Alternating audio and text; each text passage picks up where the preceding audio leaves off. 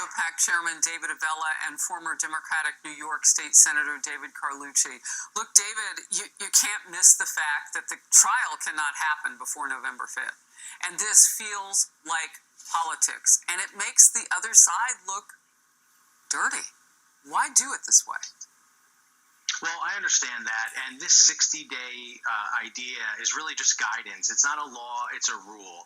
And what we see here is that not all of it has been open to the public. There's still much of this that has been sealed for public view. And what this is Jack Smith going back, following the Supreme Court's guidance to talk about this presidential immunity and showing that these acts were not acts of public office, that this was between a candidate and a vice presidential candidate, that he acted in just pure neglect for the safety of Mike Pence, for the safety of those police officers at the Capitol, and so many others, that real leadership would have been different, that he didn't need to tweet out that Mike Pence didn't have the courage to basically overturn this election. This report is showing damning evidence that Donald Trump knew very well that he lost the election. Okay, let me step in here. So what you're doing is you're laying out part of the case for Jack Smith, and as you heard Jonathan Turley say, this is a new indictment basically based on putting that immunity issue in here from the U.S. Supreme Court. When Donald Trump says the release of this falsehood-ridden unconstitutional J6 brief immediately following Tim Walz's disastrous debate performance and 33 days before the most important election in the history of our country is another obvious attempt by the Harris-Biden regime to undermine and weaponize American democracy and interfere in the 2024 presidential election. What do you think about that, David? Well, I think looking it really at falls no flat. better case. The other David. Sorry, my fault. David Avella. Oh, good. Well, Jack Smith confirms for many Americans who believe lawyers have no shame. It's that, or he so enjoyed the Supreme Court humiliating him that he said, I want a little bit more of that. But the biggest thing that comes out of all this is a reminder of why a Republican Senate majority is so important. Who gets confirmed to judgeships? Who is on the Supreme Court? Who's going to hold prosecutors accountable that come out of DOJ is vital to our judicial system.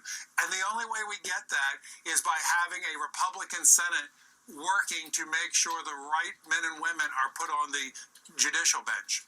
Yeah, well, it's interesting. Our power rankings here at Fox News just came out, and they show, and of course this is a snapshot now, but, I mean, look how close we are, that the Senate could tip to Republicans at this point, according to what Fox's power rankings are finding.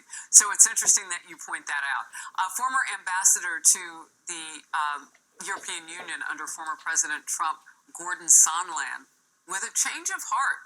He previously said he could never vote for Trump due to the events of January 6th. He was basically a never-Trumper.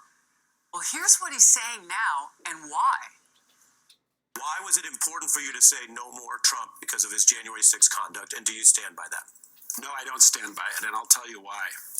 I've now lived 4 years under the Biden-Harris policies, and I have to say that those policies are not only becoming an existential threat to our country's way of life, but to our allies as well. So when you I'll let you finish, but this is so striking. You said it was a no for me after that, after January 6th. I did. And here we are right now. I did. And you're saying it's a yes for you. It is a yes for me. It is an absolute yes for me. That is how badly the Biden-Harris team have prosecuted their job. David Avella.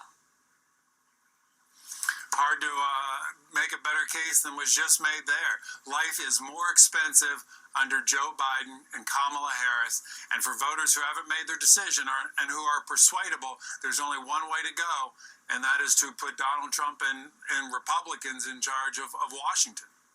Yeah, you look no further, David Carlucci, than the port strike and the amazing power of the White House through that Taft-Hartley Act, 1947, could have been put into place 2 months ago, giving us 80 days of a cooling-off period.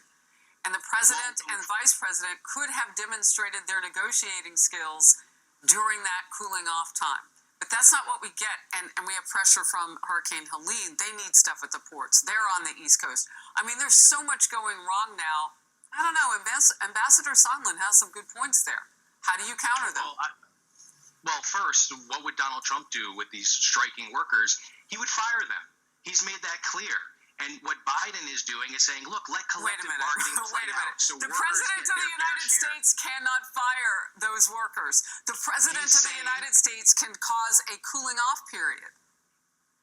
Now let's keep apples and apples here. Fired. He's trying to say implement Taft-Hartley so that these striking workers lose their collective bargaining ability, lose the ability to strike. That's evident.